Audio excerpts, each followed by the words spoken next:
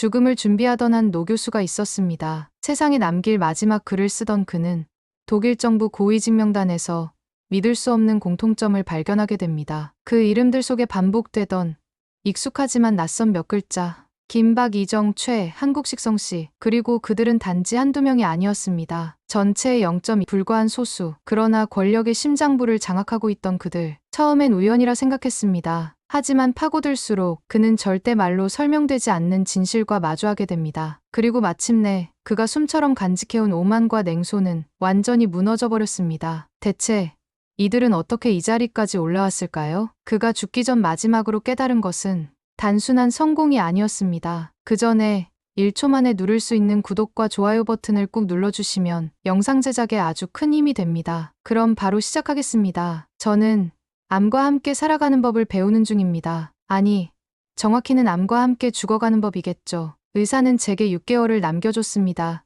의학적 사형 선고였어요. 하지만 이상하게도 병보다 더 아픈 건 세상에 대한 헌멸이었습니다. 평생 사회학을 연구하며 인간의 집단 행동을 분석했지만 결국 저는 인간을 믿지 못하게 되었죠. 독일 베를린 대학교의 사회학과 교수직은 이제 곧 저와 작별할 예정입니다. 연구실을 정리하던 그날 우연히 책상 위에 놓인 독립기념일 명단이 눈에 들어왔어요. 다음 달 행사인데 제가 볼 일은 아니겠죠? 그래도 호기심에 명단을 또 동양계들이군. 명단에는 눈에 띄게 한국계 성씨가 많았어요. 김, 박, 이.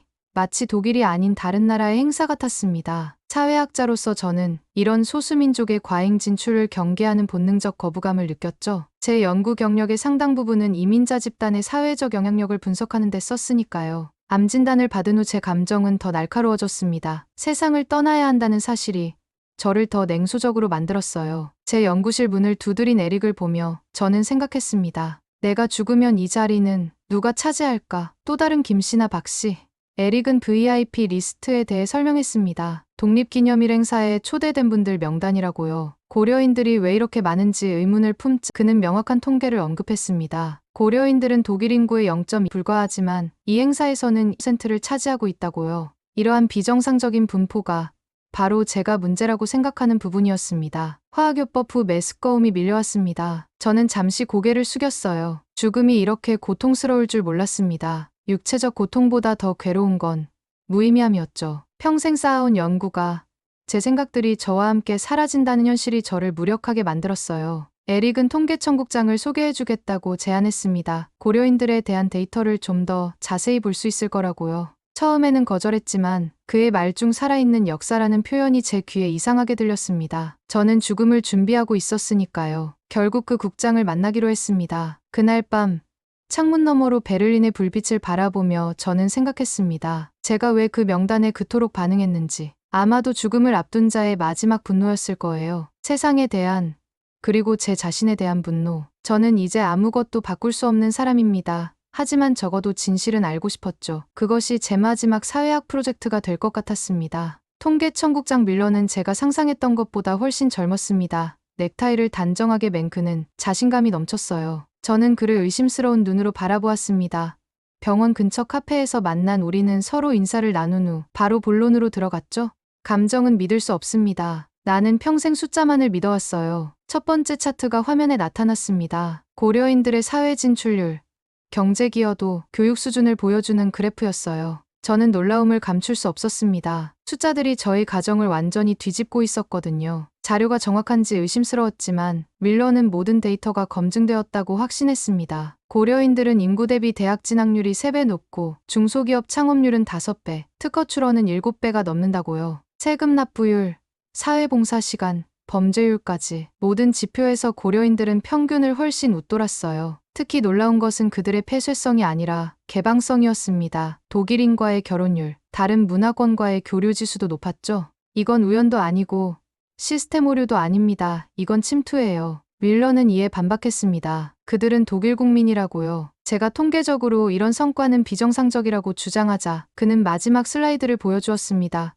고려인 공동체의 역사적 데이터였어요. 그들이 처음 독일에 정착했을 때부터 지금까지의 변화를 보여주는 그래프였습니다. 그래프는 완만한 상승곡선을 그리다가 1990년대 초부터 가파르게 상승했습니다. 소련 붕괴 이후 그들의 사회적 위치가 급격히 개선된 거죠. 왜 그런지 묻자 밀러는 고려인 기업가이자 커뮤니티 리더인 마르틴 김을 소개해주겠다고 했습니다. 그의 회사를 방문하면 더 많은 것을 이해할 수 있을 거라고요. 저는 태블릿 화면을 한참 바라보았습니다. 평생 저는 사회적 통합의 한계를 연구해왔어요. 어떤 소수 집단도 완벽하게 사회에 녹아들 수 없다는 게 제 이론의 핵심이었죠. 하지만 이 숫자들은 제 이론을 완전히 부정하고 있었습니다. 내 연구 경력이 모두 틀렸다는 말인가요? 밀러는 과학자로서 새로운 증거 앞에서 자신의 이론을 제고하는 건 패배가 아니라 승리라고 말했습니다. 저는 이미 인생의 게임에서 패배했다고 느꼈지만 그는 이것을 마지막 프로젝트로 생각해보라고 제안했습니다. 어쩌면 무언가 중요한 것을 발견할지도 모른다고요. 제 안에서 오랫동안 꺼져 있던 호기심이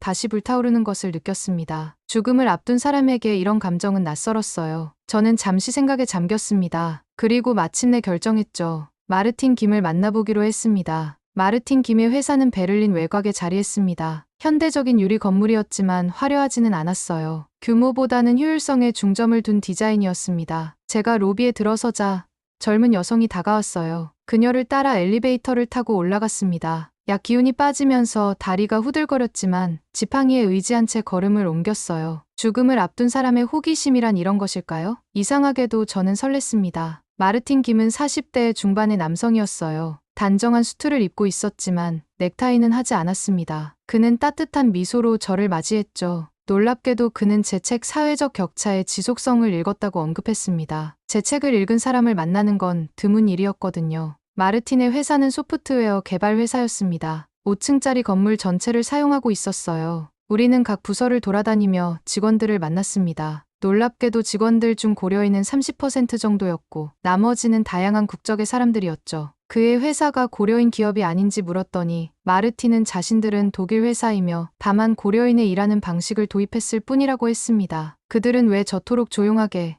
완벽하게 움직이는 걸까요? 사무실을 지나가며 저는 그들의 일하는 모습을 관찰했습니다. 마치 군대처럼 체계적이었지만 동시에 유연했어요. 서로 돕고 조언하고 함께 문제를 해결하는 모습이 인상적이었습니다. 마르틴은 팀을 가족처럼 생각한다고 설명했습니다. 각자 강점이 있고 서로의 약점을 보완한다고요. 그게 정말 가능할지 의문을 품자 그는 고려인들의 역사를 언급했습니다. 그들은 생존하듯 일한다고요. 고려인에 대해 깊이 연구한 적이 없었다고 하자 마르틴은 그들의 역사를 설명했습니다. 소련 시절 스탈린에 의해 중앙아시아로 강제 이주당했고 많은 사람들이 죽었지만 살아남은 이들은 서로를 의지하며 공동체를 형성했다고요. 그 정신이 지금까지 이어지고 있다고 했습니다. 그의 말을 들으며 저는 생각했습니다. 나는 이제 생존하지도 싸우지도 않는다. 그저 죽음을 기다리고 있을 뿐이었죠. 그들의 활기와 제 무력함이 대비되는 순간이었습니다. 점심시간이 되자 직원들은 함께 모여 식사를 했습니다. 몇몇은 김치와 같은 한국 음식을 나눠 먹었고 다른 이들은 독일 음식을 가져왔어요. 문화가 자연스럽게 섞이는 광경이었습니다. 마르틴은 회사의 성과를 보여주기 위해 저를 회의실로 안내했습니다. 벽에는 여러 상패와 인증서가 걸려 있었어요. 독일 최고의 직장 환경상,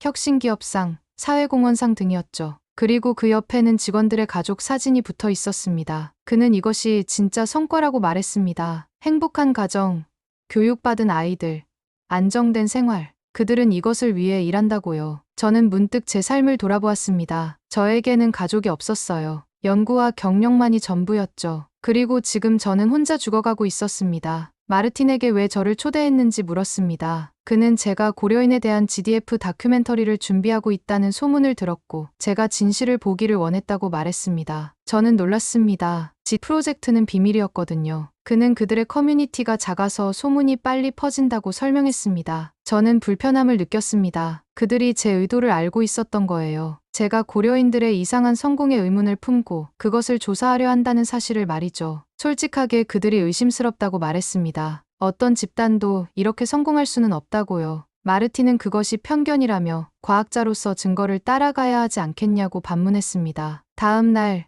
저는 베를린 외곽의 한 병원을 방문했습니다. 마르틴의 제안으로 고려인 의사가 운영하는 병원이었어요. 제 상태에 도움이 될 수도 있다고 했죠. 저는 반신반의하며 그곳을 찾았습니다. 로비에 들어서자마자 눈에 띈 것은 벽에 걸린 태극기였어요. 독일 국기 옆에 나란히 걸려 있었습니다. 저는 잠시 멈춰 서서 그 깃발을 바라보았습니다. 뒤에서 나이 지긋한 남성이 다가왔습니다. 흰 가운을 입고 있었지만 의사는 아닌 것 같았어요. 그는 자신을 박 교수라고 소개했습니다. 이 병원의 고문이라고요. 제 방문이 이미 알려져 있었나 봅니다. 우리는 병원 카페에 앉았습니다. 창문 너머로 정원이 보였어요. 환자들이 산책을 하고 있었죠. 박 교수는 이 병원이 한국의 전통의학과 서양의학을 결합했기 때문에 특별하다고 말했습니다. 태극기의 의미를 물었더니 박 교수는 그것이 상징이 아니라 그들의 정신이라고 설명했습니다. 그들이 누구인지 보여주는 것이라고요. 국적에 관한 질문에 그는 자신들이 독일 국민이면서 동시에 고려인이기도 하며 두 정체성이 충돌하지 않고 오히려 서로를 강화한다고 했습니다. 정체성은 하나여야 하는 것 아니냐는 제 질문에 박 교수는 반문했습니다. 왜 그래야 하냐고요. 인간은 복잡한 존재이므로 다양한 정체성을 가질 수 있다고 했습니다. 제가 병원 곳곳을 둘러보는 동안 박 교수는 고려인들의 역사를 설명해 주었습니다. 150년 전 한반도에서 러시아로 이주한 그들의 이야기, 스탈린의 강제 이주 정책으로 중앙아시아로 쫓겨난 비극, 그리고 소련 붕괴 후 유럽으로 다시 이주한 과정까지. 그들은 항상 이방인이었지만 그것이 그들을 더 강하게 만들었다고 합니다. 어디에서든 적응하는 법을 배웠다고요. 병원 복도를 지나가다 저는 또 다른 태극기를 보았습니다. 그리고 병실 안에도 간호사실에도 작은 태극기가 놓여 있었어요. 왜 깃발이 이렇게 많은지 물었더니 박 교수는 그것이 그들의 뿌리를 상기시켜 준다고 말했습니다. 그들이 어디서 왔는지, 무엇을 위해 살아가는지 말이죠. 나에겐 뿌리가 없었습니다. 그들에겐 깃발 하나가 있었죠. 저는 문득 제 자신에게 물었습니다. 나는 누구인가? 독일인이라고 말하기엔 너무 공허했어요. 저는 그저 프라이스 교수였을 뿐, 그 이상도 이하도 아니었습니다. 우리는 누구냐는 질문에 대답하지 못하는 저 자신을 돌아보게 되었습니다. 평생 다른 이들의 정체성을 연구했지만 정작 제 자신의 정체성은 생각해 본 적이 없었어요. 박 교수는 저를 한 병실로 안내했습니다. 94세의 안나 할머니를 소개했습니다. 고려인 1세대라고요. 침대에는 노인이 누워 있었습니다. 주름진 얼굴이었지만 눈빛은 또렷했어요. 안나 할머니와 박 교수는 한국어로 대화를 나누었습니다. 저는 그들의 말을 이해할 수 없었지만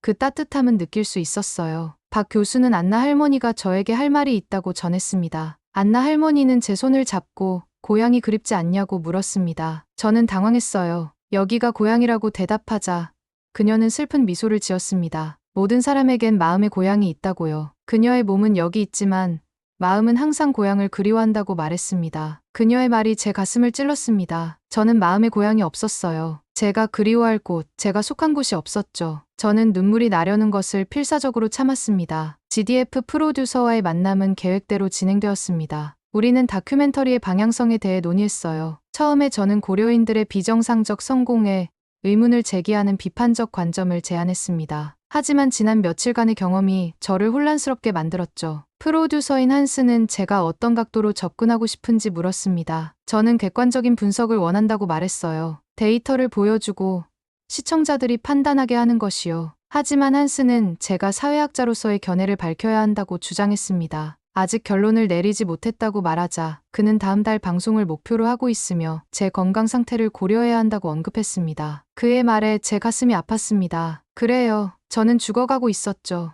이 프로젝트가 제 마지막 작업이 될 것이었습니다. 저는 시간이 필요하다고 단호하게 말했습니다. 회의 후 저는 불안했습니다. 무언가 잘못되고 있다는 느낌이 들었어요. 제가 본 고려인들은 제 이론과 맞지 않았습니다. 그들은 성공적으로 통합되었고 동시에 자신들의 정체성을 유지하고 있었죠. 이것은 제가 평생 주장해온 문화적 동화의 필연성과 모순되었습니다. 다음 날 아침 저는 중대한 결정을 내렸습니다. 전화를 걸어 다큐멘터리를 연기해달라고 요청했어요. 더 많은 조사가 필요하다고 말했죠. 하지만 프로듀서는 이미 일정이 확정됐다며 거절했습니다. 저는 분노했습니다. 더 강경한 조치를 취하기로 했어요. 대학에 영향력 있는 동료들에게 연락했고 정치적 압력을 넣었습니다. 결국 GDF는 방송을 무기한 연기한다고 발표했죠. 나는 방송을 막았다. 그들이 반격하리라 예상했지만 아무 말도 없었다. 제가 기대했던 고려인 커뮤니티의 항의는 없었습니다. 그들은 침묵했어요. 이 침묵이 저를 더 불안하게 만들었습니다. 무슨 일이 일어나고 있는 걸까요? 내가 마지막으로 무언가 해낸 기분이야.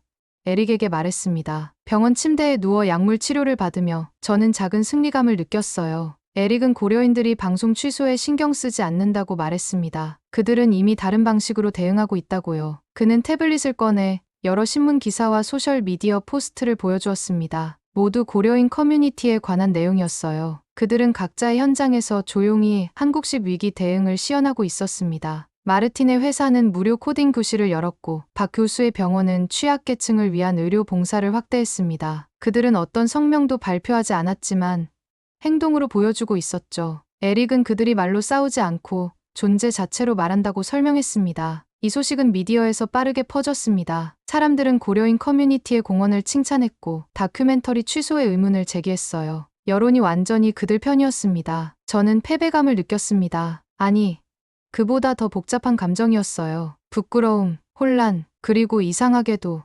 존경. 그들의 대응 방식이 인상적이었습니다. 며칠 후 저는 병원 복도에서 낯선 얼굴을 보았습니다. 젊은 여성이었어요. 그녀는 간호사 유니폼을 입고 있었고 저를 향해 걸어왔습니다. 옐레나라고 자신을 소개했습니다. 오늘부터 저를 담당하게 된다고요. 그녀의 얼굴에는 약간의 동양적 특징이 있었습니다. 저는 즉시 알아차렸어요. 그녀가 고려인인지 물었고 그녀는 그렇다고 확인해 주었습니다. 저는 망설였습니다. 이것이 그들의 전략인가요? 저를 감시하기 위해 고려인 간호사를 붙인 건가요? 하지만 그녀의 미소에는 악의가 없어 보였습니다. 문제없다고 대답했습니다. 그날부터 옐레나는 저를 돌봐주었습니다. 그녀는 전문적이고 친절했어요. 제 상태가 나빠질 때마다 밤새 곁을 지켰고 통증이 심할 때는 손을 잡아주었습니다. 처음에는 경계했지만 점차 그녀의 진심을 느끼게 되었어요. 어느 날 저는 옐레나에게 왜 그렇게 열심히 사는지 물었습니다. 그녀가 퇴근 시간이 지났음에도 남아서 추가 근무를 하는 것을 보고 궁금했어요.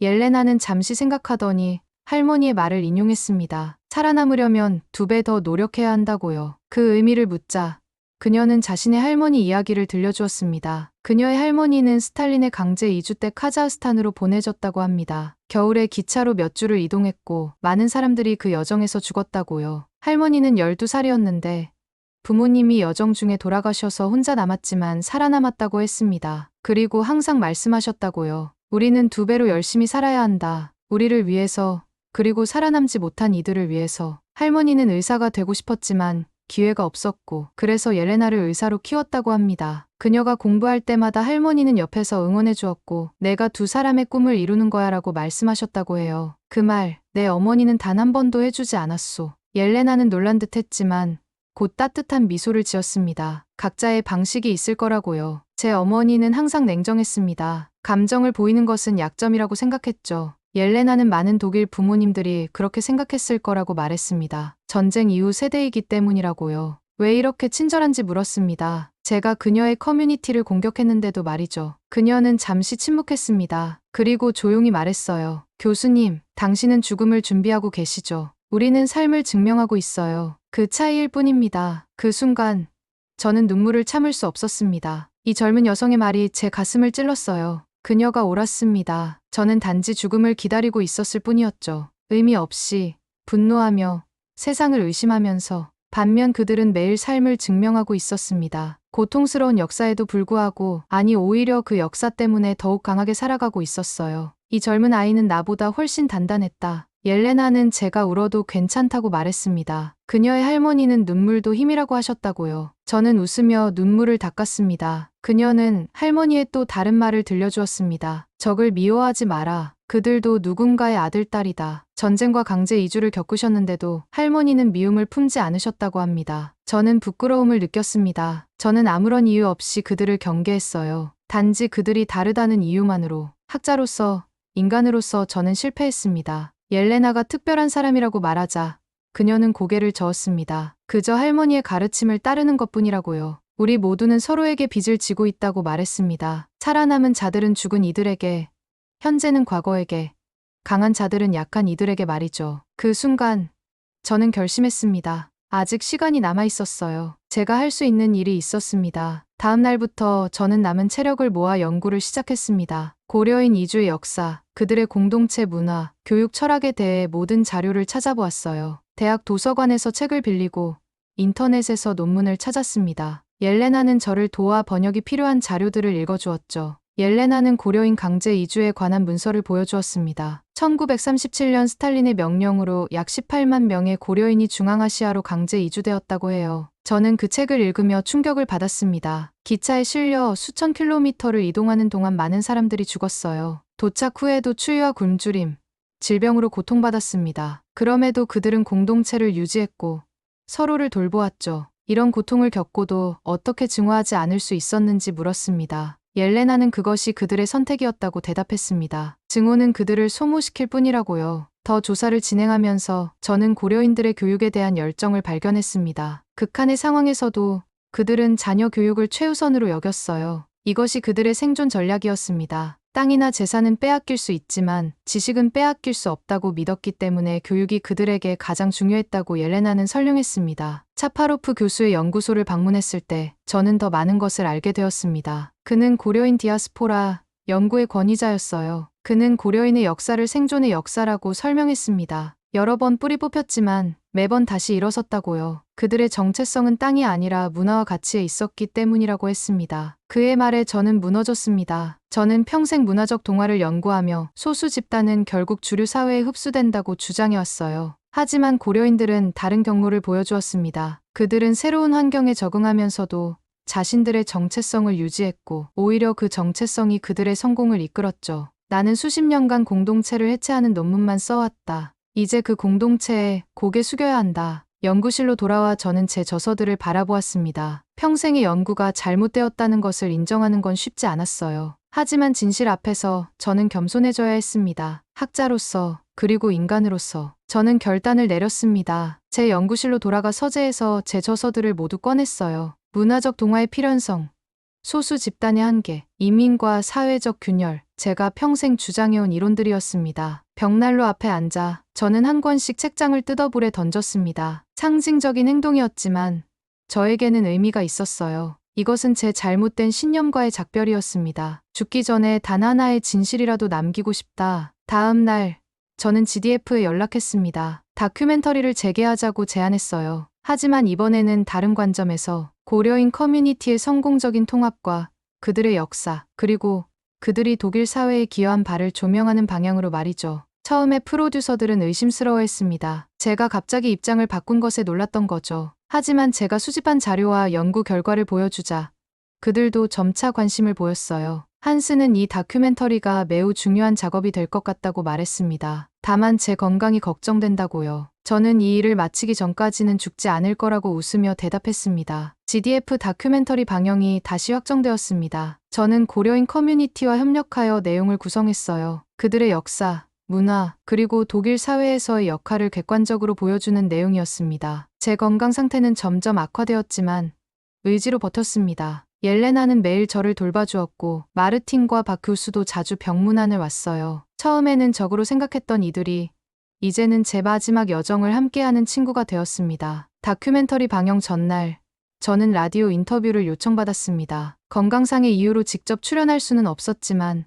전화로 참여하기로 했어요. 신부는 비공개로 유지했습니다. 진행자는 특별한 손님이 있다고 소개했습니다. 고려인 커뮤니티에 관한 다큐멘터리를 준비한 분이지만 본인의 신분을 밝히길 원치 않아 음성만 들려준다고요. 저는 깊은 숨을 들이마셨습니다. 이것이 제 공개적인 고백이 될 것이었어요. 나는 프라이스 교수입니다. 고려인을 경계했습니다. 그들의 성공이 의심스러웠고 그들의 공동체가 위협적으로 느껴졌습니다. 하지만 지금은 그들에게 고개 숙입니다. 침묵이 흘렀습니다. 진행자는 놀란 듯했어요. 무슨 일이 있었냐는 질문에 저는 솔직하게 대답했습니다. 죽어가는 사람으로서 이제 거짓말을 할 이유가 없다고요. 평생 사회학자로서 소수 집단의 한계를 연구했고 그들은 결국 주류 사회에 흡수되거나 고립되거나 갈등을 일으킨다고 주장했지만 고려인들은 다른 길을 보여주었다고 설명했습니다. 저는 그들의 역사와 제가 발견한 것들을 설명했습니다. 강제 이주의 고통, 생존을 위한 투쟁, 그리고 그 과정에서 형성된 독특한 정체성.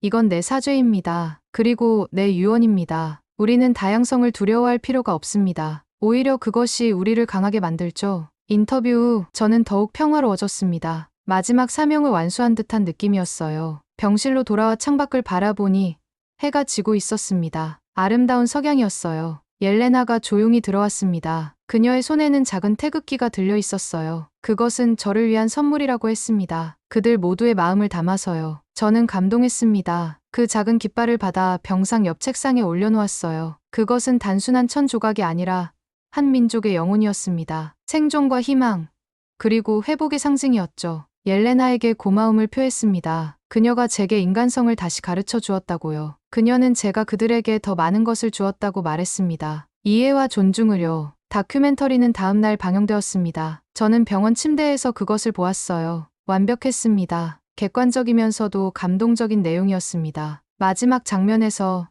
저는 눈물을 흘렸어요. 태극기를 바라보며 저는 중얼거렸습니다. 내가 어디에서 태어났든 진짜 조국은 인간을 사람답게 만드는 정신이었다. 창문 너머로 빛이 서서히 어두워졌습니다. 저는 평화로움을 느꼈어요. 제 삶은 끝나가고 있었지만 무언가 의미 있는 것을 남겼다는 위안이 있었습니다. 죽음을 준비하며 저는 오히려 삶의 진정한 의미를 배웠습니다. 고려인들에게서, 그들의 역사와 투쟁에서, 그리고 그들의 회복과 성공에서 그들은 저에게 가장 중요한 교훈을 주었습니다. 인간은 가장 어두운 시간에도 희망을 품을 수 있다는 것, 그리고 진정한 강인함은 증오가 아닌 사랑에서 온다는 것을요.